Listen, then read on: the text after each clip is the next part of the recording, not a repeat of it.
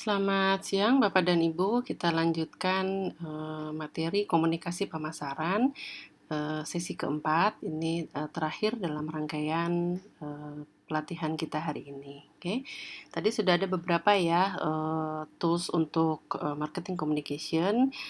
Kita lanjutkan, masih ada 1-2 yang tersisa.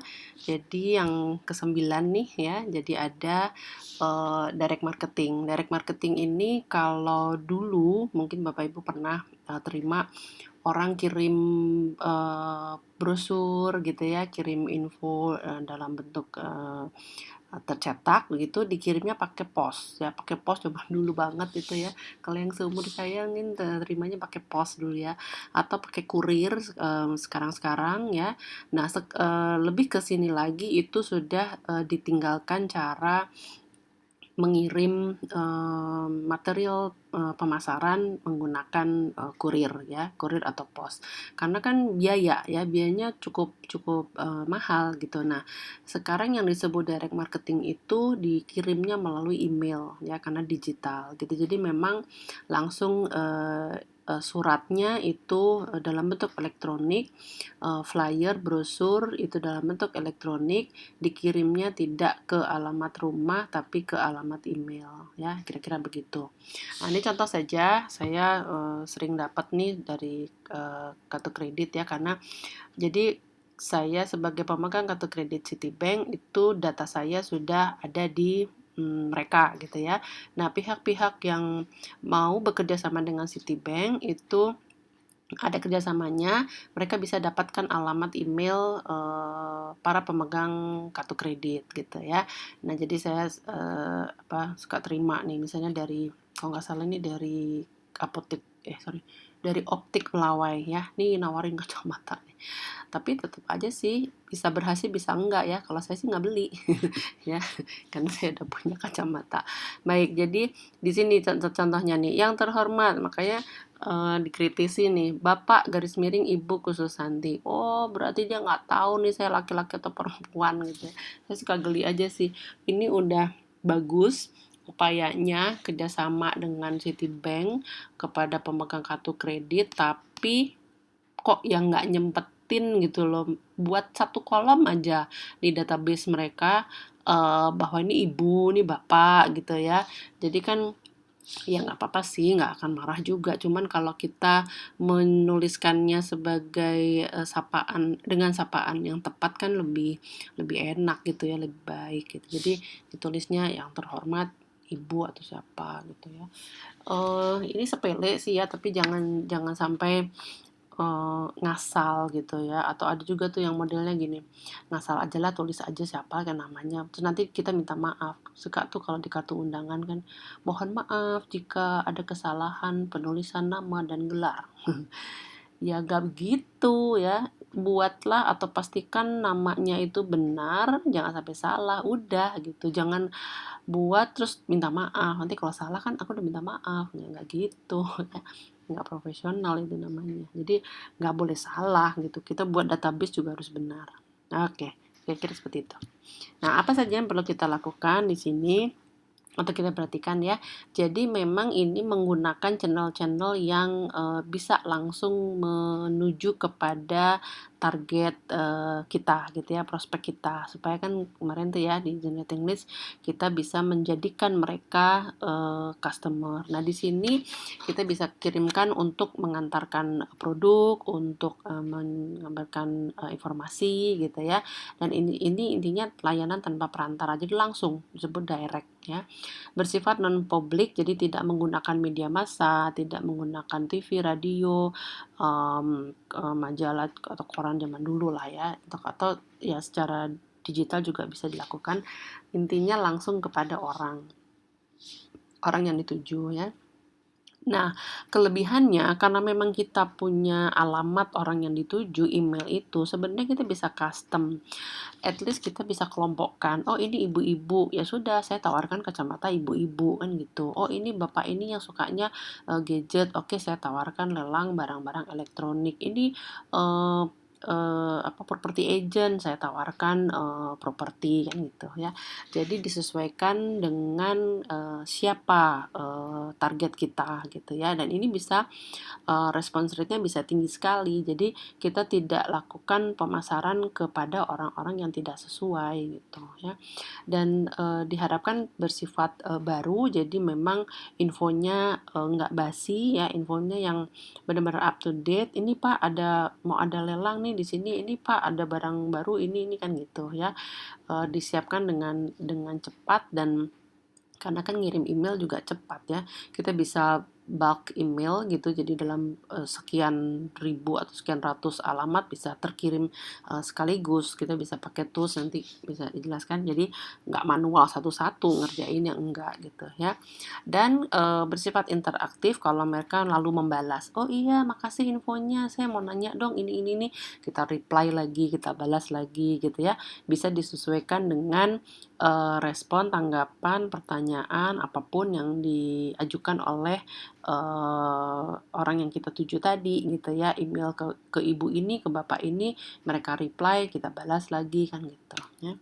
Baik, jenis-jenisnya apa yang bisa kita kirimkan melalui direct mail ini bisa berupa katalog, misalnya kita buat aja satu edisi, ini daftar barang yang akan dilelang periode sekian gitu misalnya, atau pada tanggal sekian, nih isinya apa gitu ya. Atau sekedar surat terima kasih Bapak kemarin sudah gini, semoga apa-apa kan gitu ya. Atau bisa penawaran ya, bisa lewat telepon, ini juga termasuk direct marketing. Tapi agak kurang nyaman ya, sekarang orang di telepon, kalau saya sih nggak diangkat. Ada nomor telepon yang nggak dikenal, saya sih nggak angkat gitu ya. Tapi ya silahkan kalau memang mau dicoba gitu ya. Jadi telemarketing ini juga termasuk sebagai direct marketing. Bisa juga lewat website gitu ya, yang langsung bisa diklik ya. Ini ada yang mengelompokkannya sebagai direct marketing. Lewat TV, fax zaman dulu ya, email, nah ini yang paling banyak nanti kita bahas. Voicemail agak jarang, atau SMS yang tadi itu termasuk ya direct marketing. Intinya gini, di dalam definisi direct marketing ini langsung menuju kepada seseorang gitu ya, bukan kepada publik umum gitu, nggak kayak billboard pasang di jalan, TV, commercial break, itu kan nggak tahu nih si A si B-nya gitu ya. Kalau ini direct marketing definisinya adalah kita menyasar atau mengirimkan penawaran info marketing kepada orang yang kita sudah tahu namanya gitu ya. Baik, jadi jangan kita terima atau kita punya database yang banyak lalu kita pokoknya blasting aja, nggak tahu nih namanya siapa, jangan ya. Karena kita harus personal, menuliskan nama gitu ya, lewat email, SMS, kita harus menuliskan nama ya, makanya tadi kepada bapak siapa gitu. Jangan kepada bapak ibu di tempat. Di tempat mana gitu ya, bapak ibu di Jakarta gitu, siapa, lo tahu nggak nama gua kan gitu ya. Jadi benar-benar harus tahu nama orang yang dituju. Oke, email ya, yang ini saya tekankan, kita gunakan email. Jadi kita bisa meningkatkan revenue ya, kita bisa meningkatkan profit karena langsung orang yang mau ya sudah akan reply, akan proceed selanjutnya, kalau enggak ya enggak gitu ya. Kita bisa tingkatkan brand awareness, orang tadinya nggak kenal lelang itu seperti apa, terima email kita langsung masuk inbox kan ya. Ya response rate-nya atau success rate-nya mudah-mudahan sih cukup tinggi gitu ya. Dari 100 kita kirim email, mungkin ada 10 yang mereply gitu ya, yang jadi customer. Bisa mempercepat proses ya, karena tinggal klik udah kekirim gitu, oke. Dan sangat cost efektif tanpa biaya. Ya cuman biaya jaringan internet aja gitu ya. Dan bisa melakukan automation dan scheduling. Jadi ini loh Pak, kami undang untuk ini gini gitu ya. Apalagi sekarang canggih kan, bisa pakai Google Calendar gitu ya, nanti bisa di reminder kayak gitu. Jadi ada automation dan scheduling, ini kita bisa atur gitu. Baik, kenapa email marketing? Karena memang reach-nya itu jangkauannya bisa sangat-sangat luas gitu ya, sangat besar. Kita bisa punya database sebanyak-banyaknya, nggak ada batasan gitu ya, kita bisa kirimkan. Cuman jangan jangan nggak efisien ya. Database yang atau alamat email yang kita punya tidak akurat, sudah eh, tidak valid gitu, ya harus di-drop, harus dihapus ya, di-delete. Jangan kita kirim, "Oh, aku punya banyak nih database 10.000 dikirim." Oh, ternyata bouncingnya gede ya, dan mereka mungkin nggak deliver karena alamat emailnya sudah tidak tidak ada. Jangan. Jadi database emailnya juga harus di-maintain dengan baik gitu ya. Oke, jadi yang efektif, reach-nya tuh yang efektif. Kita kirim 100 ya harusnya 100 semua keterima. Keterima ya, maksudnya ke-delivered gitu. Entah dia buka atau merespon, itu lain soal. Tapi jangan kirim ke alamat email yang tidak tidak valid ya. Oke, instant reach jadi memang cepat sekali ya, dan targeted, makanya tadi ada nama, kita tahu banget, kita tahu pasti ini ibu siapa, bapak siapa gitu ya. Dan personalized communication, kita sebutkan nama, "Ibu apa kabar? Gimana kemarin? Rumahnya udah bisa ditempatin ya? Ini saya ada lagi nih gini-gini," gitu ya. Atau kalau untuk reseller, "Gimana Pak kemarin barang-barang elektroniknya sudah laku, sudah dijual lagi, ini nih kita ada lagi nih bla bla bla," gitu ya. Jadi kita tahu pasti ini bapak siapa, ibu siapa, kemarin dia ngapain atau apalah gitu ya. Orang juga lalu, "Ih, kok inget saya ya?" gitu ya. "Kok inget ya?" gitu. "Oh iya iya," kan gitu ya. Orang senang kalau diingat. Baik, nah ini kita gunakan tidak manual, kita buat dengan satu tools atau satu program yang disebut email automation. Jadi kita punya database langsung terkirim ya. Ini bisa langsung dengan beberapa formulir kita kirim, kita bisa ada minta action apa segala macam ya. Ini detailnya lah. Ya. Baik, jadi intinya kita bisa melakukan email marketing itu dengan sangat praktis gitu ya. Bahkan juga kita bisa kirim mobile friendly message gitu ya. Jadi orang kan nerimanya tidak hanya di laptop. Kalau kita kirim email kan bisa diterima oleh orang melalui mobile ya. Kita sendiri juga bisa buka email di handphone kan gitu ya. Sekali lagi personalized, kita testing juga gitu ya. Kita testing ada tombol ini, ada button ini, bisa nggak diklik gitu ya. Kemudian disegmentasi, misalnya orang mau subscribe dengan info-info kita selanjutnya gitu ya. Dan sekali lagi di automation ya. Ini bagaimana kita bisa memaksimalkan. Sekali lagi bisa dibuka di mobile, personalize, ada tes button-buttonnya ya, dan otomasi gitu. Oke, nah ini tools atau platform lah ya yang kita bisa coba.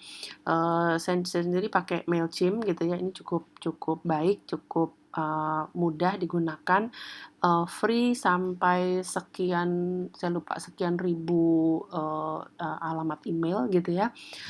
Setelah itu setelah itu berbayar.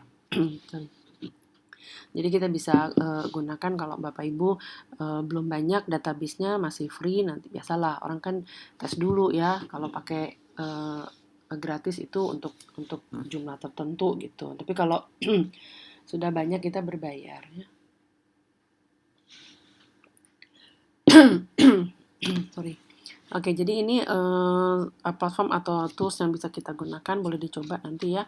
Ada juga Emma, Constant Contact, GetResponse, ini banyak sih di Maya itu yang kita bisa gunakan ya. Baik, apa saja yang bisa membuat email kita menjadi lebih baik, kita tawarkan sesuatu ya. Jangan kirim cuman info-info, promo-promo gitu ya. Kita bisa kasih giveaway misalnya ya. Ada call to action button, langsung nih diklik langsung dapat diskon. Mau diskon ya, klik ya di situ ya. Jadi diskon gitu ya. Ada form misalnya untuk isian apa gitu ya. Nah, ini perhatikan juga form length-nya jangan terlalu panjang supaya orang simple mengisinya ya. Baik, giveaway apa saja yang bisa kita berikan, bisa misalnya petunjuk, ya ada laporan-laporan, data, white paper nih, karya ilmiah misalnya ya, template-template tertentu, e-book, ini juga orang senang dapat e-book ya. Intinya kita kita kita bisa bisa berikan sesuatu lah kepada orang, tapi semuanya soft copy ya, semuanya dalam bentuk elektronik. Nah, ini contoh saja di tempat saya, bagaimana kita bisa mengumpulkan alamat email orang, kita bisa buat misalnya undian berhadiah ya, gratis dengan menuliskan email Anda. Nanti orang tulis alamat emailnya, nah klik di sini ikut undian, kita dapat deh alamat email mereka gitu ya. Nah, berikutnya kita bisa tawarkan, kami kirimkan informasi bla bla bla bla bla. Tapi di bagian bawah ada opsi untuk unsubscribe ya, jangan paksakan kalau orang nggak mau gitu. Oke, ini dicontoh dari Klik Hotel ya. Mau harga lebih murah, daftarkan email kamu di sini, gratis. Nah, dia tulis nih alamat emailnya ya, khusussanti@yahoo.com. Saya mau, nah gitu ya. Udah dapet deh alamat emailnya ya. Tapi kalau orang nggak mau, boleh nih disilang. Kalau disilang nulisnya apa? Saya mau harga normal atau saya tidak mau harga lebih murah. Secara psikologis kan orang, oh, nggak mau ya? Ya dia mau, tulis deh alamat emailnya gitu ya, kira-kira gitu. Intinya kita kumpulkan alamat email prospek gitu ya, supaya kita bisa follow up dengan mengirim email. Gitu. Baik, lakukan segmentasi, jadi kita kirim to the right person, jangan orang yang tidak targeted gitu ya. Kita harus tahu pasti ini bapak siapa, ibu siapa, at the right time, pada waktu yang tepat. Mungkin kita bisa kenali, misalnya kalau tanggal muda gitu ya, orang mau beli meluangkan uangnya atau apa. Nggak tahu Bapak Ibu punya punya data nggak, atau sudah menganalisa kalau lelang itu paling paling bagus tanggal-tanggal berapa gitu ya, tanggal baik, bulan baik. Oke, for the right reason, jadi memang ada alasan yang cukup kuat gitu ya, membuat orang membuka alamat email kita dan tertariknya. Dan apa nih, right emails ya, jadi emailnya juga harus bermanfaat, harus berguna, harus menarik dan sebagainya ya. Nah, ini dimulai dengan subjek ya. Bapak Ibu mungkin suka terima subjek email sekarang kan seru-seru gitu ya. Subjeknya harus harus menarik juga gitu. Oke, jadi dengan segmentasi yang baik kita akan mendapat hasil yang baik juga gitu ya, akan meningkatkan sales ya, customer juga loyal karena kita sepertinya selalu keep in touch gitu dengan mereka ya. Ini yang tadi saya bilang, subjeknya juga dibuat dekat gitu dengan audiens gitu ya. Suka tuh kalau orang kirim email kan, apa kabar Santi gitu, semoga sehat gitu ya, atau bener nih nggak dipakai vouchernya gitu ya, atau nggak kangen aku ya gitu, apa nih gitu ya. Atau gini, kamu kok gitu sih gitu. Saya pernah tuh terima email, oh kamu kok gitu sih, aduh apa nih, saya pikir ini apa ini, kok saya salah apa gitu ya, kamu kok gitu sih. Begitu saya buka, kamu kok gitu sih, diskonnya nggak dipakai nih gitu. Walah, jualan ternyata gitu ya, sampai saya nggak perhatiin sendernya, pengirimnya gitu ya. Saya langsung baca baca subjeknya, ternyata apa gitu ya. Atau dari em, kalau ibu-ibu tahu ya brambang.com tuh yang jual groceries itu ya, bahan-bahan makanan itu. Ada tuh brambang.com gitu ya. Saya pernah belanja di sana lalu masukkan, karena biasa begitu kan, kalau untuk sign up kan kita masukkan alamat emailnya. Sudah begitu masukkan alamat email, dapat deh itu email berkala gitu ya. Nah, si brambang.com ini menyebut dirinya Bambang gitu. Jadi dia mempersonifikasi dirinya sebagai seorang laki-laki bernama Bambang gitu. Tadinya saya nggak ngerti gitu ya. Bambang, ini pengirimnya Bambang. Sopo ini gitu. Terus gini, nggak kangen sama aku gitu. aduh ini siapa nih Bambang, siapa gitu ya. Jangan-jangan mantan saya namanya Bambang gitu, aduh siapa gitu ya. Enggak sih. Terus begitu saya buka, oh alah ini si Bambang dari brambang.com gitu ya.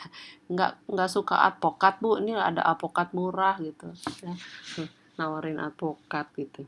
Oke, ya jadi itu subjeknya juga harus menarik. Sekarang sih bisa sangat-sangat apa nggak pakai pakem-pakem begitu ya. Jadi tapi silakan dipertimbangkan kalau kita harus formal atau apa ya. Tapi ya saya pikir sih nggak harus terlalu kaku gitu ya. Baik. Tahapan email segmentation-nya ini kita buat dalam beberapa batch bisa gitu ya, lalu kita blast karena mungkin ada agak terbatas pengirimannya ya. Kita bisa segmentasi menurut misalnya gender atau menurut usia atau menurut kelompok produk yang kita jual ya. Ini untuk orang-orang yang suka properti, ini untuk orang-orang yang berburu elektronik misalnya ya. Profilnya ya, kita bisa segmenkan berdasarkan kategori ini tadi ya, gender atau umur. Kita personifikasi, jadi kita kenal orang gitu ya. Kita sendiri juga memposisikan sebagai kayak tadi tuh si Bambang tadi gitu ya. Jadi based on profil dari informasi mengenai customer. Behaviornya ya kita juga kenal, mungkin purchasing historinya kita tahu. Bapak kan kemarin sudah beli ini, gimana? Kayak gitu ya. Kita tawarkan beberapa promo sesuai dengan purchasing history mereka. Ya. Predictive modeling ini kita bisa target customer kita berdasarkan perkiraan ya, prediksi pola ya, pola belanja mereka. Ini biasanya ibu ini kalau di bisnis lain ya, kalau ibu ini kalau awal-awal bulan suka belanja. Ini tiap minggu nih kalau weekend hari Jumat itu dia pasti belanja nih, belanja sayur-sayur apa untuk seminggu gitu ya. Itu kita bisa kenali. Baik, dasar segmentasinya ya, paling mudah demografi, umur, gender, segala macam ini, psikografi juga, attitude-nya, ada personality-nya, atau behavior-nya tadi ya. Mereka biasanya bagaimana email engagement-nya, ada pas purchase tadi ya, pas purchase-nya mereka beli apa atau apa gitu ya. Ini bisa dengan kuesioner, ada survei gitu ya. Ini beberapa contoh saja. Baik, tipsnya benar-benar kumpulkan database customer kita secara baik. Jangan beli ya, Bapak Ibu, tidak saya sarankan beli database karena itu sampah. Maaf ya, itu apa namanya, nggak akurat lah gitu ya, alamat email siapa gitu. Jadi kadang-kadang sudah obsolete, sudah tidak akurat, udah nggak ada itu alamat emailnya. Coba aja kalau mau coba gitu ya, kita orang jual tuh sekian ratus ribu alamat email ke karyawan mana gitu ya. Begitu kita kirimin bounce semua gitu ya, nggak ada yang nyampe cuma berapa persen. Repot milihinnya. Mending kita organik kumpulkan sendiri ya. Oke, bukan dari koran, kumpulkan dari website ya, kumpulkan dari ya mungkin kita punya, kemarin saya mungkin jelaskan di generating leads ya, kita kumpulkan. Baik, customer specific personalized email, jadi di personalize, kita review juga ini berhasil nggak ya, kalau saya buat email kayak gini modelnya kok banyak yang respon, tapi kalau saya buat model yang begini kok enggak. Oke, berikutnya kita bisa ikuti gitu ya. Tentu harus kreatif, desainnya yang menarik ya, dengan grafis yang menarik lah gitu ya, jangan garing gitu ya. Dibuat jadwal mungkin setiap hari apa gitu ya, weekday, hari apa, jamnya itu juga. Kalau di sosmed kan orang rule of thumb-nya kirim Instagram tuh, posting Instagram tuh di jam-jam istirahat, jam 12 tuh ya. Boleh di awal-awal sekira setengah 12 tuh rame tuh. Atau kalau di sore tuh jam pulang kantor sekitar jam 5 itu juga prime time. Atau satu lagi yang malam sekitar jam 10 itu juga rame kalau kita buat Instagram posting ya. Karena orang sudah mau tidur, mungkin masih belum ngantuk, buka-buka Instagram. Gitu nggak? Bapak Ibu kalau buka Instagram jam berapa? Subuh. Oh, habis begitu azan subuh buka Instagram ya. Begitu melek cek Instagram. Baru wudhu sholat. Enggak ya. Oke, jadi behavior itu kita bisa bisa kenali ya. Karena ada juga orang yang tiba-tiba bertanya subuh-subuh, "Pak, ini gimana jadwal lelangnya kapan?" Di jam berapa? Gitu ya. Respon atau komen IG kita subuh-subuh tuh. Bisa aja ya. Nggak apa-apa, nggak usah malu. Kalau aku jawab subuh-subuh nanti kelihatan bucin. Nah, sekarang ngomong bucin. Kalau saya bales pagi-pagi nanti dibilang bucin, rindu order gitu. Enggak sih, biasa aja. Orang juga malah seneng ya. Wah, ini anytime ya, 24 jam direspon IG saya, komen saya, atau WhatsApp saya dibalas gitu ya. Nggak apa-apa, memang sekarang eranya begitu. Oke, baik. Nah, ini kita bisa lakukan A/B test. A/B test itu mulai dari subjek emailnya. Kalau saya buat subjeknya seperti ini rame, tapi kalau saya buat subjeknya agak-agak formal kok sepi gitu ya. Oke, berarti modelnya seperti ini.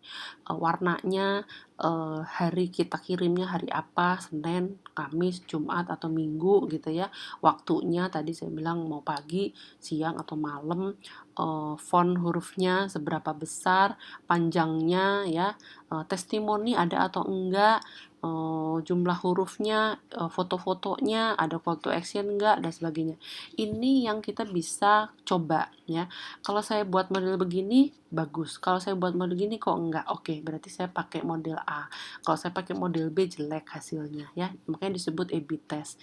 Ini akan bisa kita kenali tergantung dari bisnis kita, audiens kita. Bapak Ibu nanti akan bisa lancar kirim email gitu ya.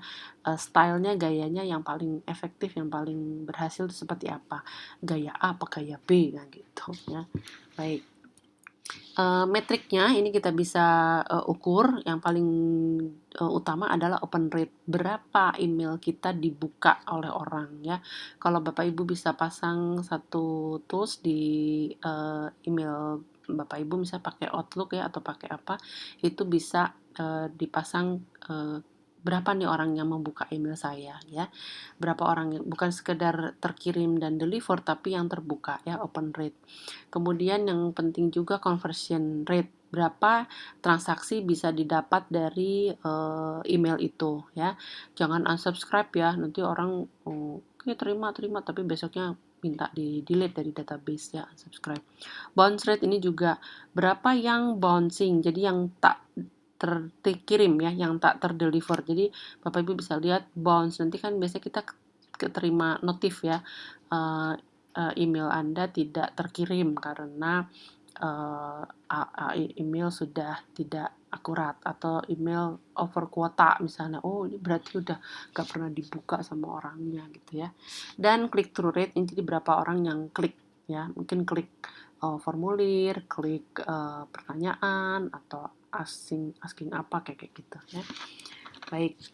Bagaimana supaya bisa meningkatkan open rate tadi ya, subjeknya yang atraktif, subjek emailnya yang menarik, dibuat personalize, ada judul yang baik gitu ya, segmennya yang tertentu, dan kirim pada waktu yang tepat. Ini mudah-mudahan bisa meningkatkan open rate kita ya. Oke, apa yang bisa menyebabkan bounce? Sebaliknya, memang karena daftarnya, database kita sudah tidak baik gitu ya, old email list gitu, atau memang format emailnya yang error. Jadi mungkin kita buka atau kirim di tools apa gitu ya. Tadi kan saya bilang bisa pakai Mailchimp gitu ya. Ternyata ini nggak support di beberapa browser gitu ya. Ini kalau dibuka di Mozilla atau di mungkin Google Chrome sih mungkin udah bagus gitu ya. Tapi jadi jelek nih tampilan email kita gitu ya. Gambarnya nggak muncul lah misalnya kayak gitu ya. Sering juga memakai free email service. Ini biasanya juga ada kendala ya. Old email list, bad data gitu ya. Jadi datanya nggak bagus.